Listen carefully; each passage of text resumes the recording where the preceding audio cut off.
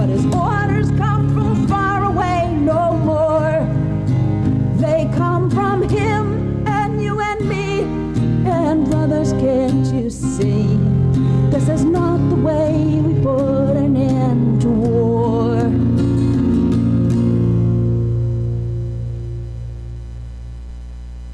All right, Sego.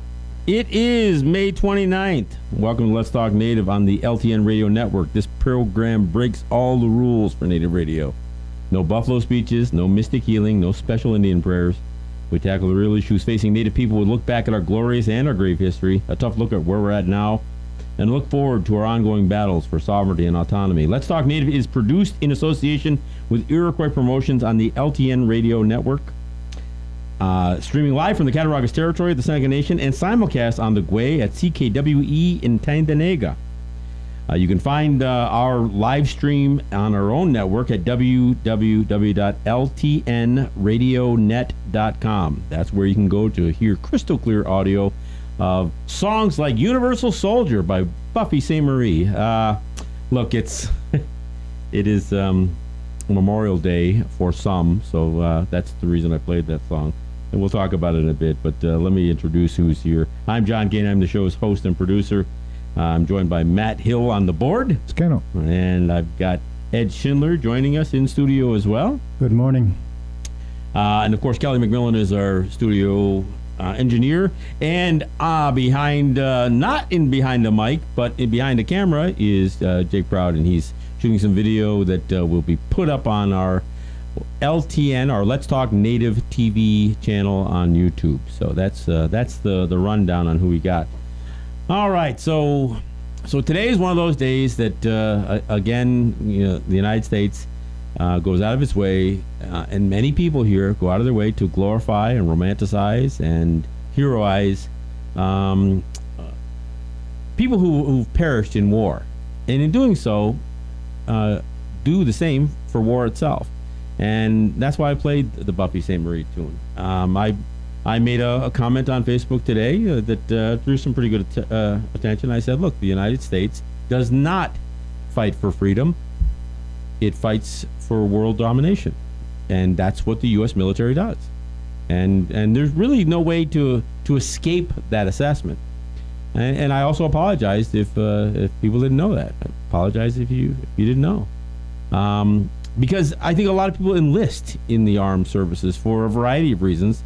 But one of the reasons I think people do it in the U.S. and Canada is because they think it's noble. They think it's an honor. It's an honorable thing to do, to put on the uniform of the military. And I'll never quite understand Native people stepping up to that task. And I understand. Look, there's residential schools. There's all kinds of indoctrination and assimilation. There's poverty that drives people into these circumstances. I don't condemn the soldier. I condemn the use of war to enrich nations. That's my condemnation. I think I wish people would not enlist. I know that I certainly never did, never would. My children wouldn't and didn't, and I will do everything in my power to prevent my grandchildren from doing so. I don't care what the circumstances. In the conversation today, I heard a lot of people say, "Wow, what if the United States gets invaded?" The United States isn't going to get invaded. The United States has never been invaded. Oh yeah, what about Pearl Harbor? Pearl Harbor was not an invasion of the United States. It wasn't the United States yet. Well, you could argue it never was. It wasn't a state, but they had already claimed it as a territory at the turn of the century, unlawfully, illegally. They claim, they spread a myth around the world that they had annexed Hawaii, the Hawaiian Kingdom. The Hawaiians didn't agree with that. They didn't sign an annexation treaty. And the reality is that Japan bombed a naval base on an illegally occupied territory that the United States was utilizing to create an abundance of military presence in the South Pacific. And it wasn't just there. The United States had already invaded and occupied and essentially conquered, if you will, the Philippines. They were in Guam. I mean, the whole Spanish-American War thing that took place, which is when at the same time they took Hawaii, which had nothing to do with any of those territories. The United States was creating a military presence within the sphere of influence of Japan. Japan attacked Pearl Harbor out of defense. Yes, it was an offensive move, but they feared that the United States was going to launch an attack, and that's why they did it. Now, I'm not saying it's a good thing. I'm not singing the praises of what Japan did either. But let's put that in perspective. Japan bombs a naval base in an occupied territory. What did the United States do? Ultimately, they would launch with their allies the largest aerial assault ever assembled against Japan, destroying Tokyo, civilians included, not just military. They didn't bomb a military base. They destroyed Tokyo and 5 other cities, and that would be in March of 1945, bringing Japan to its knees. But that wasn't enough, because 6 months later, they still felt compelled to drop 2 atomic bombs on Japan, Hiroshima and Nagasaki, and launch what today is now considered the biggest threat to humanity, the nuclear arms race. Yeah, the United States did that. So, I mean, when we have these conversations, and again, people want to romanticize war, oh yeah, but it was a noble cause against Hitler. Well, if it was so noble, then what did the United States take so long for? They didn't exactly stop the Jewish Holocaust. The United States didn't get involved until Japan. We have never really seen the war. We've never seen the war. Oh, yeah, see? I mean, so as I sit here today, I know there are other ways to resolve conflict than military might. One of the guys actually said, the pacifists don't like it when you say might makes right, but it does. No, it doesn't. Just because you're powerful doesn't mean you're right. In fact, the use of violence, Hannah Arendt, famous, not just philosopher, but she was involved in the Nazi war trials and that kind of stuff. She was very clear in her assessment that the use of violence and force was a demonstration of weakness. It wasn't a demonstration of power, or of rightness, that's for sure. So, to suggest that might makes right, that means that every bully on the street corner is right. Yep. That's a stupid thing to say, but that's what somebody responded, and of course, I turned out that I'm asked today because I posted that post. But you know what? This is the conversation we had. That's why I like Buffy St. Marie's song, because what she says is, stop being the soldier, and then you don't give the men, you don't give powers to those armies. Now, I know we're a little bit beyond that because, Norm Niedermeyer can do it with a joystick, wage war with a joystick and a drone now. He doesn't have to necessarily be, Rambo doing it anymore. What about Trump's arrogance at the G7 summit? Oh, jeez. Just shoving people around and, did you see the footage that showed giving a finger? From Montenegro, he pushed the guy out of the way, and then... and I got to give it to Angela Merkel. She actually, ends up upstaging Trump's visit there by having a well-attended and televised meeting with Barack Obama. I got issues with Barack Obama, but clearly, the distinction between Barack Obama and Donald Trump is huge, and so she made it very clear that the United States is on one hell of a path with this, with Trump in office, but. Yeah, he's an embarrassment. I'm not an American, and I'm embarrassed. When Trump goes to anywhere. Every time he speaks, it's just. But I gotta tell you, it's embarrassing, but it's comical. And for all the people who are angry because they love him or angry because they hate him, I'm not angry. I just think this is like.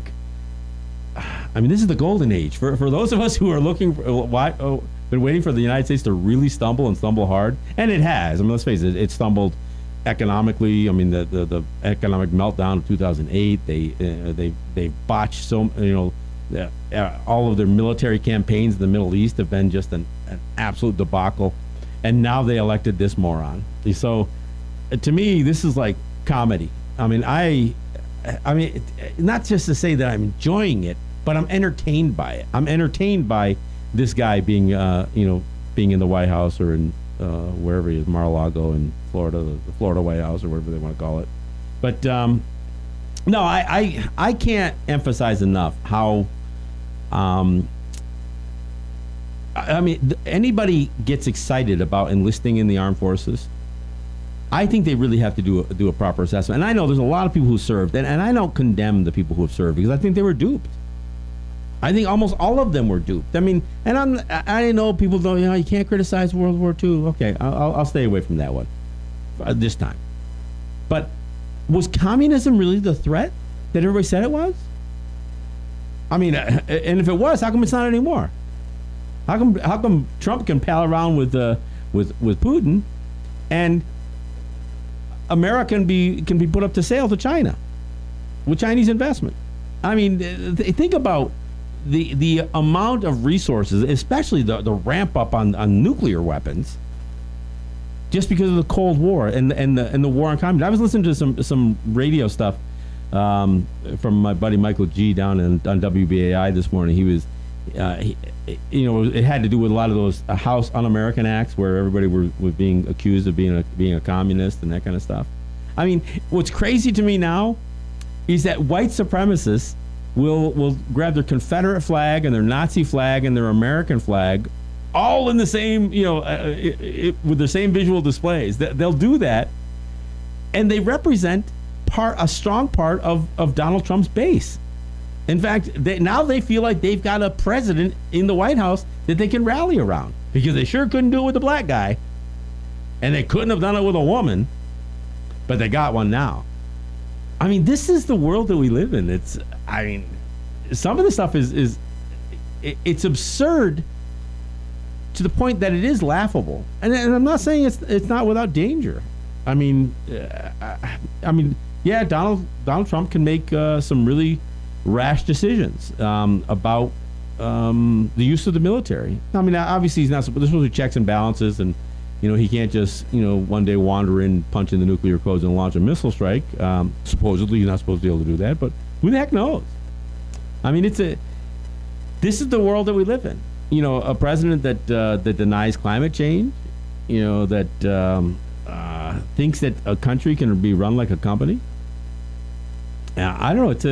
It's interesting times, and again, in spite of all that, we still have these things that bring people together. And to me, the idea of romanticizing war and enlistment is something that I'll always talk about it. I'll always condemn it. And look, I know there are many Native people who have enlisted. I mean, what's the they say that Native people enlist at a higher rate than anybody else in any other group of people in the United States and in Canada. And I think the reasons for that are clear. It's not because they try to say, oh yeah, that's because because they have that warrior culture. Bull. It's because the abject poverty that most people are living in. It's the only place that it seems like a good option. The idea of I'll pick up a gun and kill people for a living for 4 years or as many times as I re-enlist. I mean, that's crazy. One other reason is that in the military, you're more likely to find equal. It doesn't matter what color you are. Doesn't matter what your beliefs are. Basically, there's an equality in terms of a structure. Yeah, you're so far down on the scale that you're that you're right. You're right. That equality, the sense of equality, and the sense that that people can find themselves endearing themselves to their oppressors. I mean, that's part of it too. I mean, let's make no mistake about it. And right now, the people who freely enlist are predominantly minorities, but people who are living in without financial means. You don't have a bunch of Ivy Leaguers enlisting.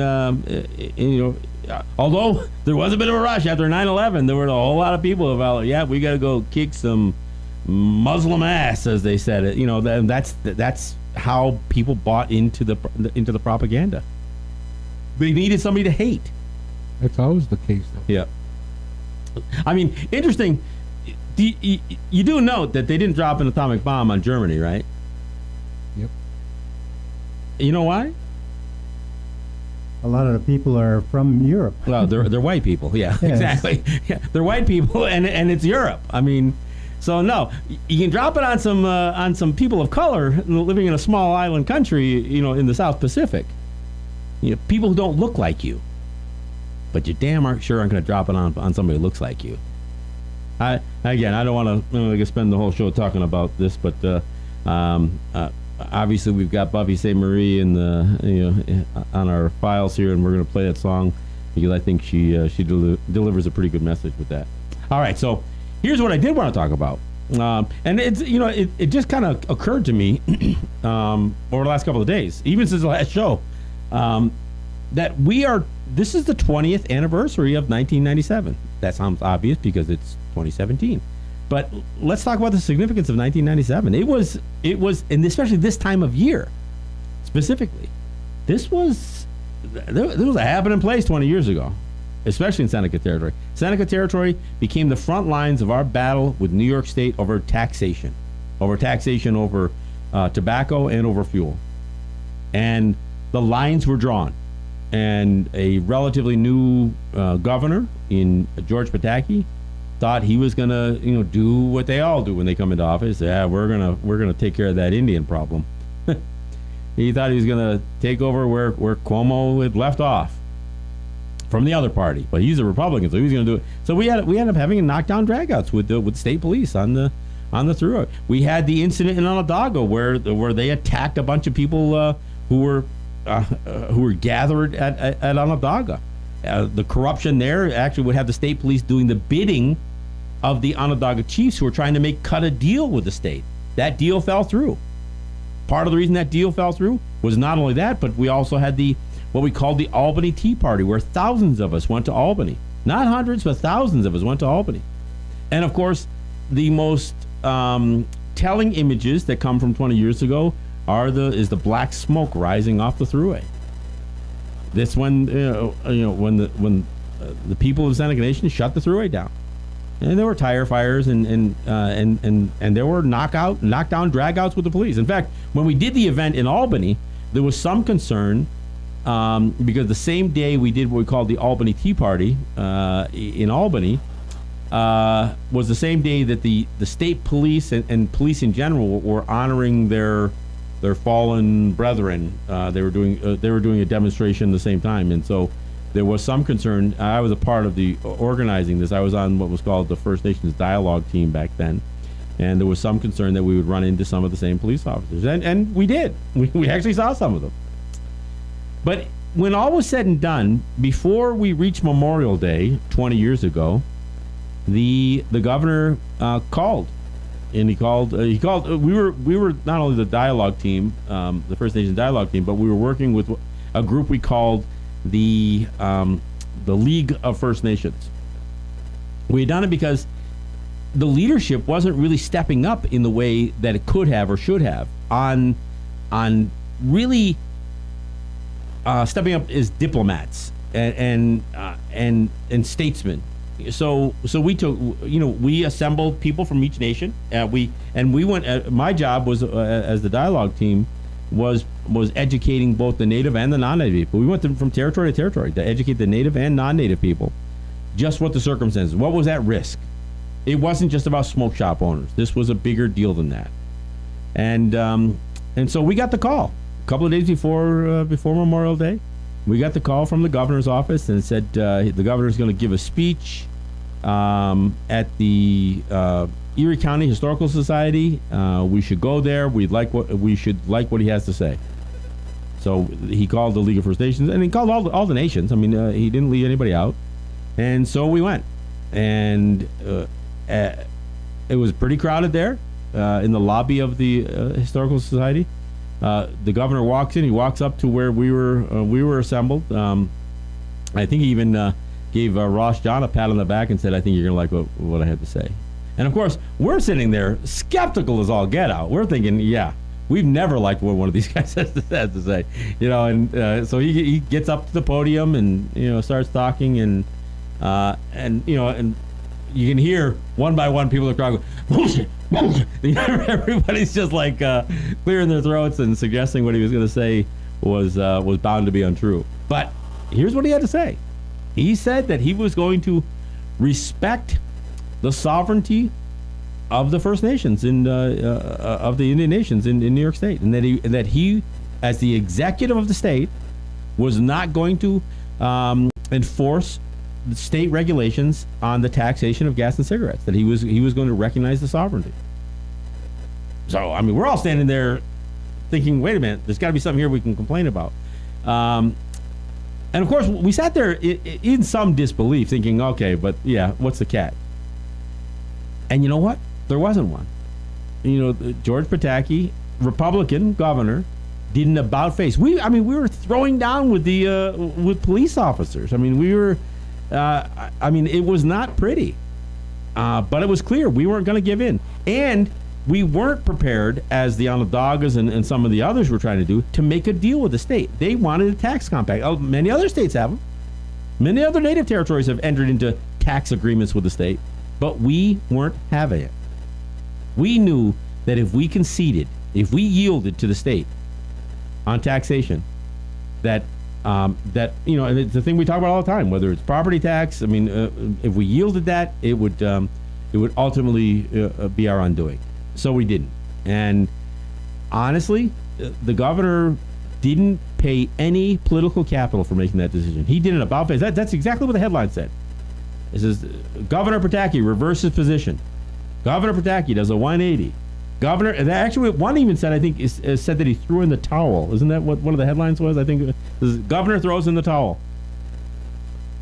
And I had Dennis Vacco, who was the state attorney general at the time. I had him on my show a couple of years ago. Remember when Dennis was in studio?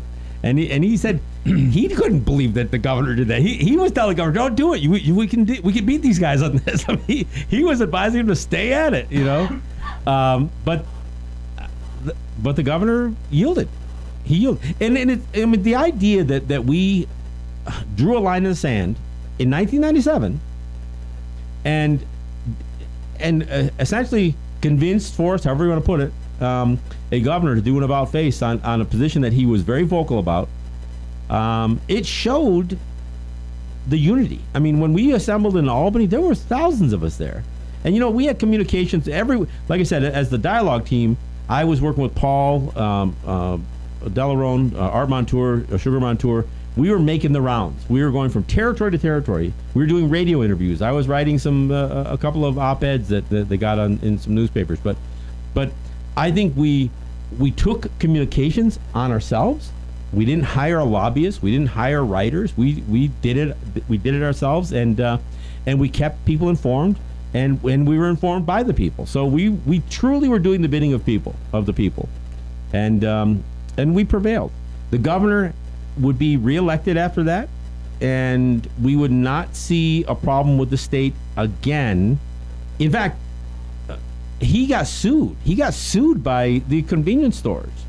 There was an attempt to force his hand, to make him enforce New York State regulations on us. And he prevailed in those suits. At the very end of his term, the state legislature finally tried to pass a law again to try to get New York State wholesalers to no longer sell to us without a tax stamp. And it was only that final push that the governor did not veto the bill. And so as the governor left office, that's the law that would be on the books, that we would do battle with Spitzer and then Patterson and then ultimately Cuomo over. But really during the George Pataki tenure, we had a pretty good period of peace. During that time, mail order tobacco, we actually grew our businesses so they became they were e-commerce. We were on the internet.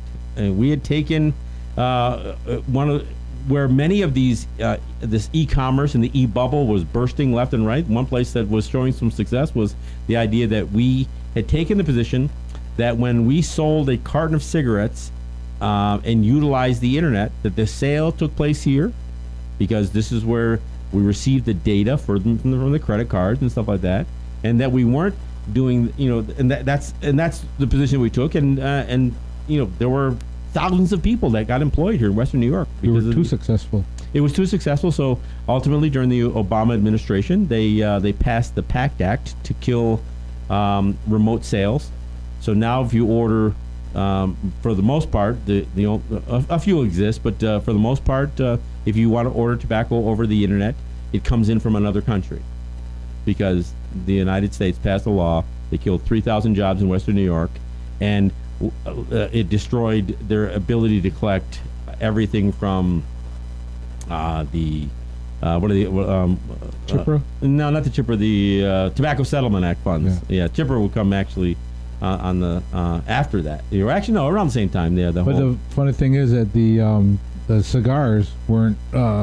Yeah, all affluent tobacco. So flavored tobacco, pipe tobacco, and cigars were were exempt from excise tax increases and some of those things. I mean, it's really kind of crazy.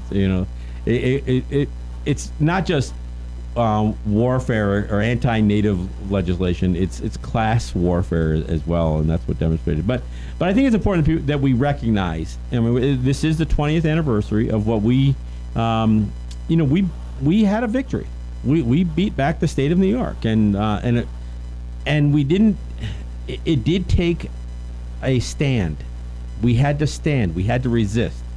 It's one of those things that, again, in the wake of Standing Rock and some of the other conflicts that have brewed and are brewing, Oak Flats, Bears Ears, and all these other places. I have to remind people about the Oka crisis, Ganasdage, Ganawage, fighting against the Canadian government in 1990. We battled the state in 92, and then we would battle it again in 97, and this is the 20th anniversary of that. And I think it's important that people acknowledge what because a lot of we have a lot of people, young people, who don't remember it. I know we asked Jake last week, and Jake was only a little kid then. So 1997, 1992, that's a long time ago, and so if you're, take 20 years off your life and think about where you were. And I was at the Thruway. Yeah, well, you were there. You were among, the guys. In my young 20s. Yeah, I mean, that was, and those experiences, for better or worse. I mean, and when we look back on them now, it seemed like all good times, but it wasn't. I mean, there was some tough stuff. I mean, there were beatings and arrests and that kind of stuff. But we not only gave our lumps, physical lumps, but I remember going into restaurants here in Seneca Territory and seeing a table full of police, and us harassing them to the point that they up and left. And the reality is, the police were tortured by this whole thing too. And we heard stories. Yeah, we heard stories of the police actually fighting each other. They were staying down here at Fredonia College because they had already knocked off for the for the semester. So they were actually staying in dorms, and we heard stories of them having their own knockdown dragouts amongst them, because there were some guys who were saying, look, we live here, and other people were saying, we're all hup, let's go kick some Indian ass, and that's the attitude that they had. Hey, look, we're at the bottom of the hour. We're going to take a break, and we'll come back. We'll touch it a little bit more, but we've also got a couple of other things we want to talk about. We got a friend we want to give an acknowledgement to, and we'll do that when we come back. This is John Kane. This is Let's Talk. We'll be right back.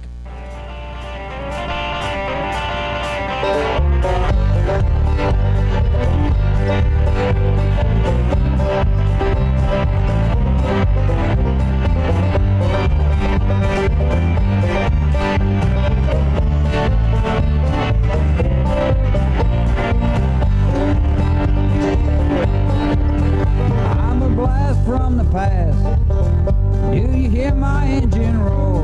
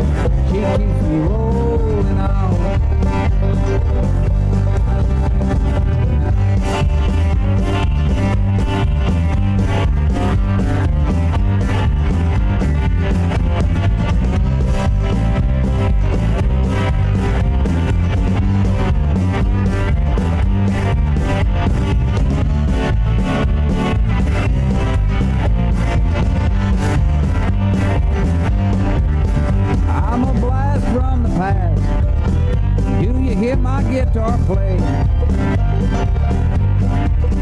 I'm a blast from the past. She slides from Houston to LA. And when I stop playing, they lay us both away. I'm a blast from the past. I need new strings, she needs oil. I'm a blast from the past. We both need rest before we boil. But with a little bit of love, we'll make it to the show.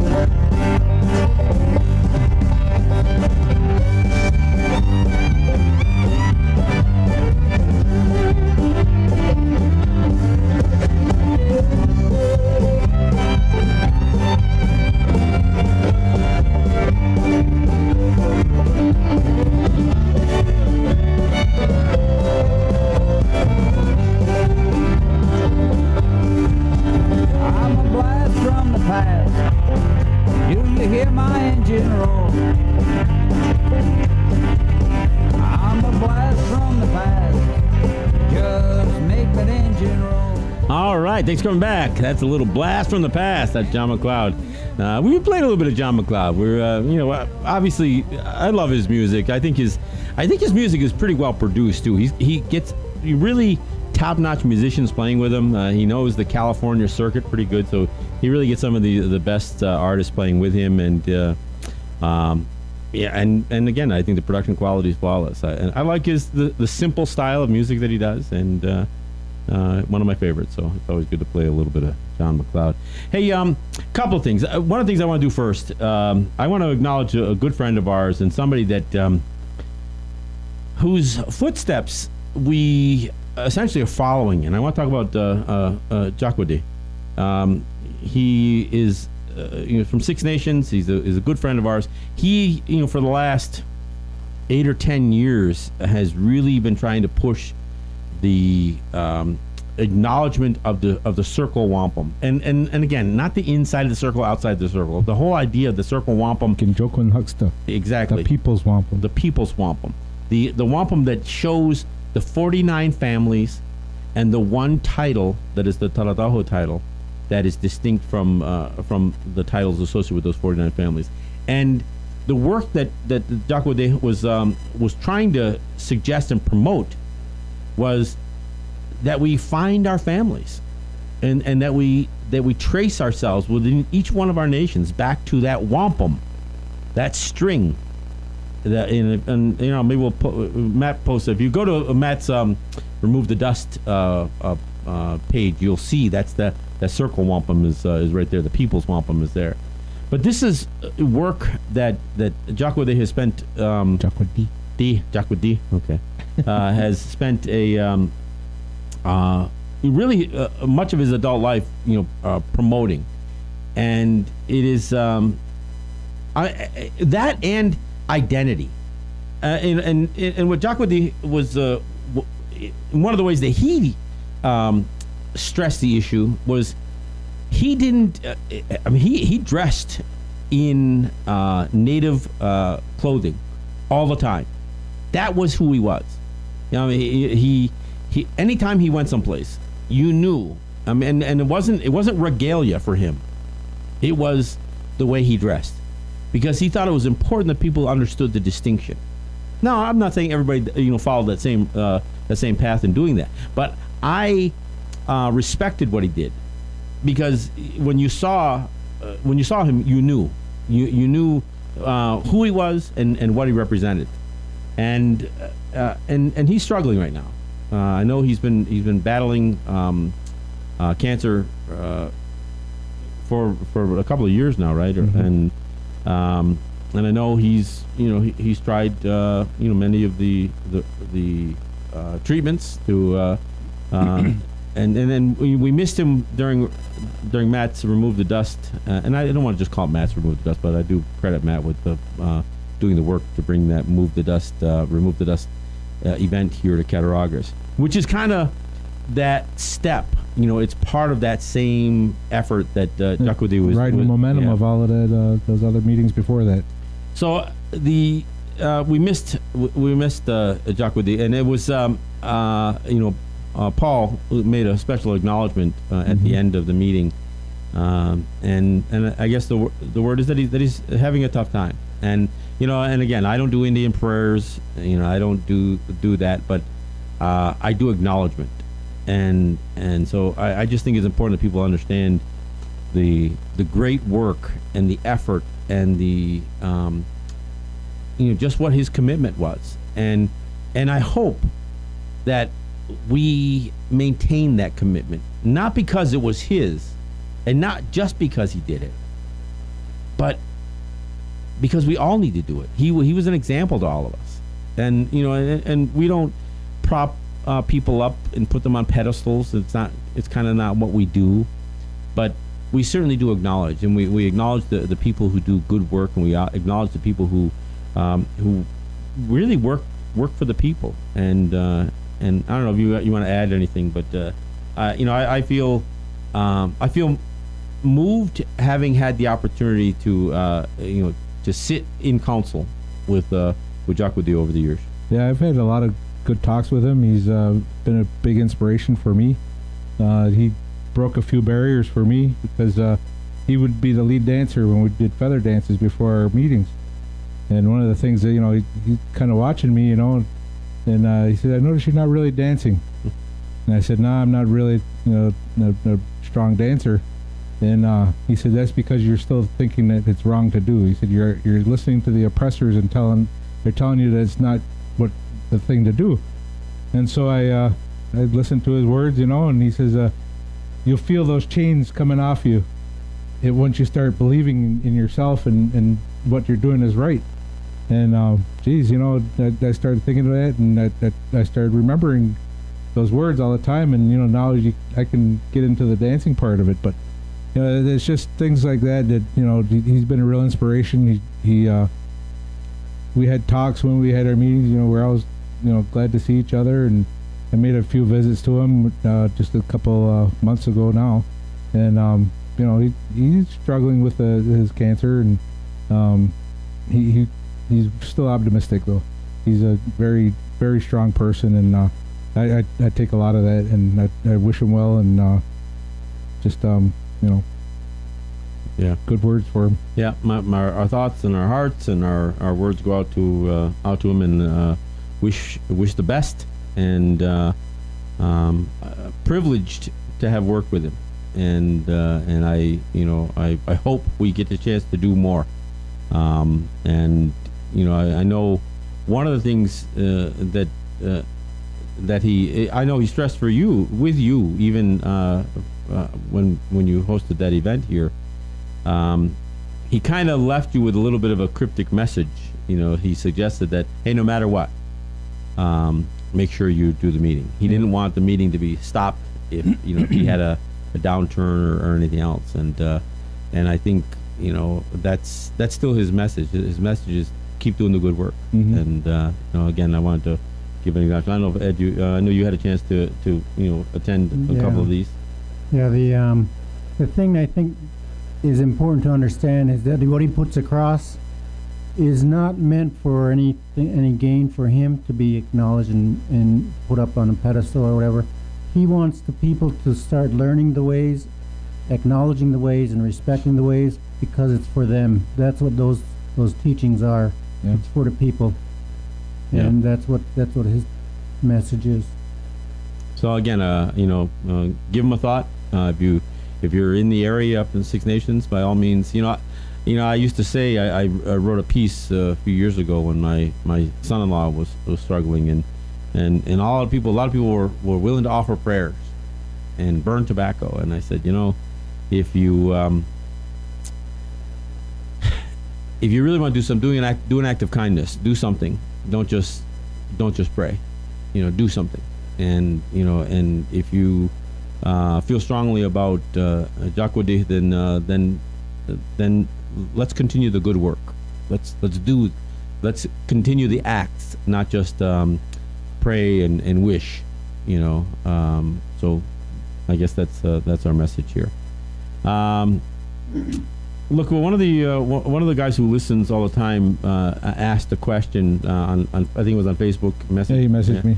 And he asked the question about the labels that get thrown around, liberal versus conservative, and the native implication of those things. And of course, we don't fit in those boxes because, if you try to use a strict definition of the of either one of those words, they shouldn't actually be they shouldn't even be opposites, but they are. I mean, because the whole idea of liberal and even progressive it shouldn't necessarily be contradictory to conservative, because conservative should mean that you conserve. It doesn't mean that you don't change, but that's the way it's been interpreted. As a native people who embrace our traditions, you would think that would fit into a definition of conservatism, and yet native people, for the most part, are led to believe that Democrats and progressives, liberals, have a more open mind and are more concerned about human rights and the rights of the oppressed.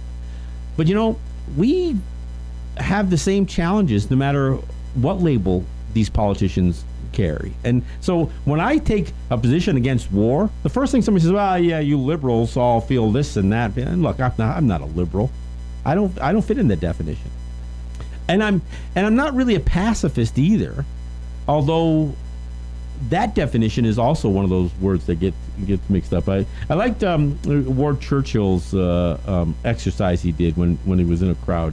He would ask everybody in the crowd, he goes, who here knows how to or who here considers a pacifist? And it's a liberal crowd. Everybody puts their hands up, and he goes, how many know how to shoot a gun? And hardly anybody puts their hand up. He goes, well, how many of you know martial arts? And hardly anybody puts their hand up. How many of you know how to fight?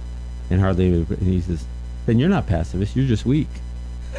And he said, because a pacifist is somebody who chooses the way of peace, not defaults to peace because they have no ability to fight.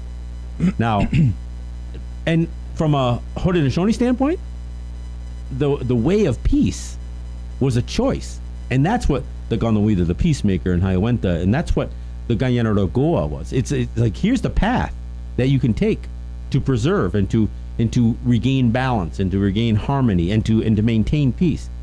It wasn't the great law of peace, but in the very beginning when he talks about the white roots, he says, and their nature is peace. That's what the description is, right? These are and we'll call these the white roots of peace, and their nature is peace.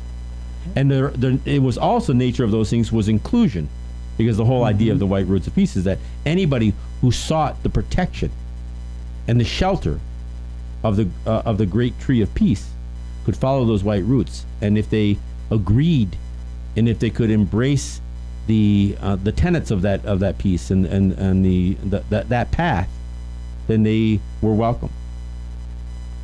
I think it should be understood also in the teachings, the way of peace is not done just for to evade the conflict, but it's to understand, to teach, and to take care of that peace for a purpose. And within our people, one of the biggest purposes is for future generations. Okay? But there's always a purpose, not just that, well, I don't fight. Not to avoid conflict. Yeah, it's actually to resolve conflict. Yes, Yeah. Definitely.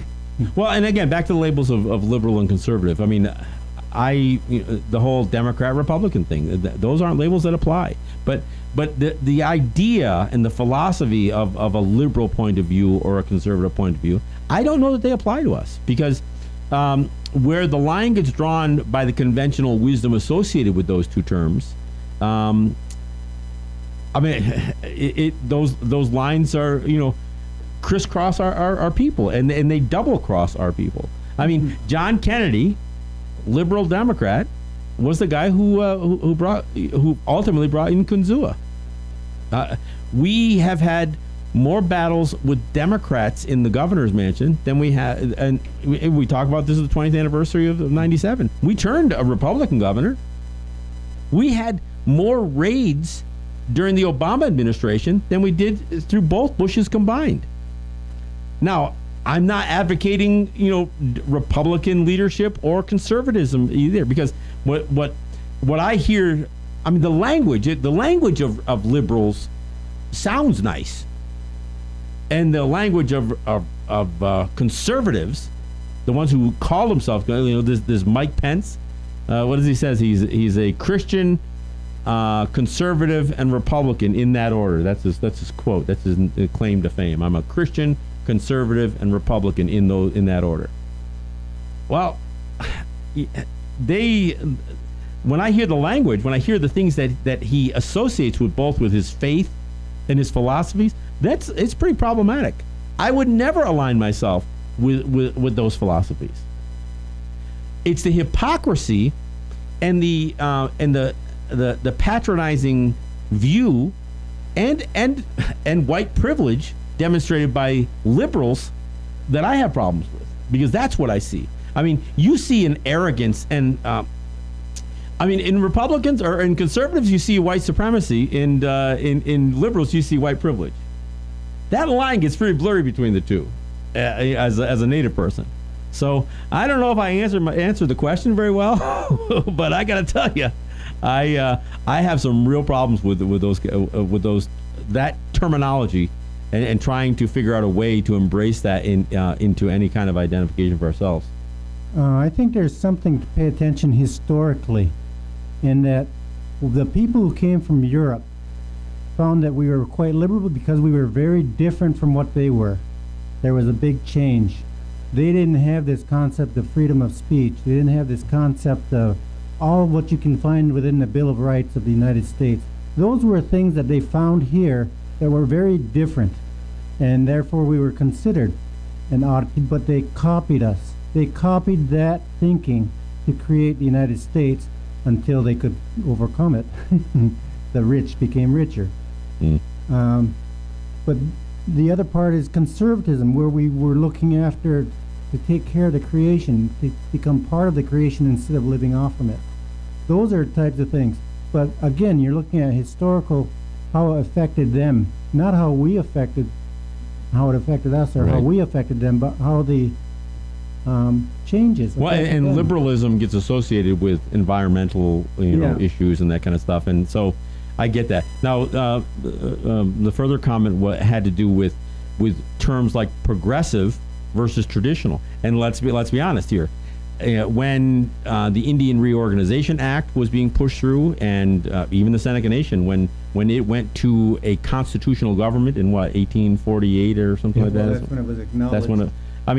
That was considered progressive because the whole idea of they were using the expression progressive associated with America showing progress and becoming more like Americans was being progressive. Now, I would argue that we're at a time now where if you were to use an expression like progressive movements are more of a return back to those traditional values, because frankly, even the so-called traditional governance, as well as the elected governance, or what people call elective versus traditional, which even those seem to be hard to pit them clearly against each other, but neither seem to be fulfilling the real tenets of the Guyana or Goa of our culture. So while I would think a movement towards our culture and our traditions, that to me is progressive. but again, I think these are terrible words to try to apply. But those are the words that people. I mean, the residential schools, they were considered a very progressive movement, because rather than just killing Indians, they thought, well, we'll kill the Indian and save the man. So that was considered progressive. Well, it was genocide either way. So I mean, but I understand the debate that happens, and so when people viewed the quote unquote warriors, because we were saying, look, we've got to figure out a way to carve out an existence, maintain our culture, but carve out an existence. So I mean, those who fought against the state over taxes, whether it's tobacco or gas, or even fought for the right to do gaming, that was considered progressive. and it wasn't always that way. I mean, there's, I think part of the whole labeling, it gets down to that confusion. I mean, the traditionals who were against gaming were citing the Code of Handsome Lake, and they were citing all of these these ideals. And you know what? The Code of Handsome Lake was considered progressive at the turn of the 18th century. It was progressive because it was adopting a code that was that married up nicely with what the Quakers believed and that kind of stuff. And it was also embraced by the federal government. The federal government says, yeah, maybe if they had a religion that we could encourage them to practice, they would become more manageable. Yeah. So so when you try to use words like liberal and conservative or progressive or whatever else, it's relative to the times. Because I would think that the movement that folks like us, talk about on this show and even the Remove the Dust, you would think that sounds like conservatism, but not the U.S. brand of conservatism. And the whole idea, you would think that conservatism and conservation would go hand in hand, and it's not. I mean, conservatives believe in raping the land and exploiting and making all the money you can and promoting the rich. That's anything but conservative. But they also try to say, well, we need to have a strict reading and an interpretation of the Constitution. We need a conservative view of the Constitution. We can't accept a liberal view of the Constitution. So in other words, it's a dead document that whatever it meant in 1792 is what it has to mean today. Well, that doesn't even make sense. None of us would wouldn't even look at the Guyana de Goa, which is thousands of years old, not hundreds of years old, and say, no, we had provisions in there about adding rafters. But we also have to understand, as we use the language, what were the timeless meanings of these expressions. So when we talk about removing the dust, when we talk about stirring the ashes and these kinds of things, these are stirring the ashes, that sounds like a pretty liberal idea, because you're looking to try to get new voices and voices that have been silenced. I mean, so I know it doesn't answer the question directly, but that's why I think these words, liberal, conservative, progressive, even words like traditional. I mean, I think if you want to return to the core tenets of your culture, it's like the whole cut the roast in half, to make a roast, and you realize that you did. I mean, when you say tradition, are you talking about traditions or habits? Which it gets into one of your expressions. Mm-hmm. I think things can become ritualized and habitualized that have no connection to the culture, and so they no longer, to me, fit that explanation of tradition. I mean, and we see that in when leaders or people who are sitting in positions in titles, when it gets abused because we start to ritualize those things rather than understanding the tenets that are supposed to be tie these people and these positions to our culture. He added a comment that everything with all these labels it helps perpetuate the divide too. Absolutely. Yes. And that's exactly right. And so whether you're talking about my conversation today over enlisting and how military gets used. Yeah. Obviously people oftentimes will associate vets with conservative ideals, but that's not even necessarily true. The same guys that were arguing with me about the need for this huge standing army and all that other stuff were absolutely against guys like Donald Trump. Mm-hmm. They opposed the Republican, the so-called conservative that usually is strong military, hawkish, and that kind of stuff. But no, I don't know. What you had something else you were going to add? I wanted to point out that the language is very important, because like we were talking about stirring the ashes, we were talking about those types of things. There's basically an important aspect, and that's been lost within today's world, and that's the aspect of the people participating, not only in the government, but also in community, also in producing whatever needs are, whether it's food or whatever type of thing. Well, and that's where accountability and Yes. and in our system of checks and balances, it's that you don't empower people. You know, the whole idea is when somebody is asked to sit with a title, they are asked to be a servant of the people, not to be a leader of the people. I mean, I understand that there's leadership, you know, and but leadership and governance is not the same thing. No. In fact, I would say that is the problem. Leadership is about innovation. Leadership is about solving problems and that kind of stuff. And whether that problem happens to be something of a conflict or a skirmish, or whether it is showing leadership in terms of, well, maybe we need to leave this area because the grounds, the hunting has changed here, or there's been a drought that took away the medicines or whatever else. That's leadership.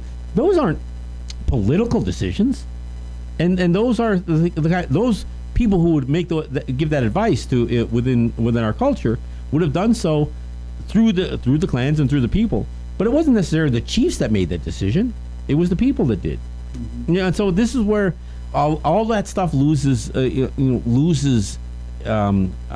meaning when we try to utilize non-native concepts and non-native constructs to identify. And, you know, I mean, again, we talked about it earlier. Am I Mohawk? No. Am I Gunyagahaga? Well, I was born Gunyagahaga, but I've lived in Oneida territory, in the Onyota Aga, and I live here in Onotawaka. I mean, so I am Ongwe, and that's one of the things that was stressed in that meeting is that we have to understand who we are and not let these other labels, even as we've used expressions to describe where we come from, that's not our identity. And that's where we get lost, and I think these are important concepts. You know, I did want to talk about some other things, but I was glad to this is the beauty of having some interaction with on Facebook or through messaging and that kind of stuff. So I appreciate Art John for offering this dialogue, and we've always got something to talk about. It's a 1-hour show. We can fill it up quickly, and there's a lot of people to mention all the time. Hey, look, before I go, real quick, I want to give a shout out to my sponsors, Ross and Holly John and the RJE family of businesses, Eric White and ERW Enterprises, Robert Del Monte and Tuscarora Woodworks, and folks, individuals who have made contributions to help this show happen. My friend here, Ed Schindler, Tracy Brown, Cynthia Trice, Scott Snyder, Neville Spring, Sugar Montour, and many others who have helped in the past. I thank you all for joining in the fight and doing your part. I also want to thank Unity Stream and Apache Radio Net for providing our streaming, and of course CKWE for doing the simulcast and the rebroadcast, as well as Netroots Radio, Real People's Media, Indigenous Resistance Radio, and all of you who share the videos and share the audios and keep coming back and offer your comments both online and while we're streaming, and and drop an email, send a message. We're here. Yahweh. Dani ho ne o te anga sa noe.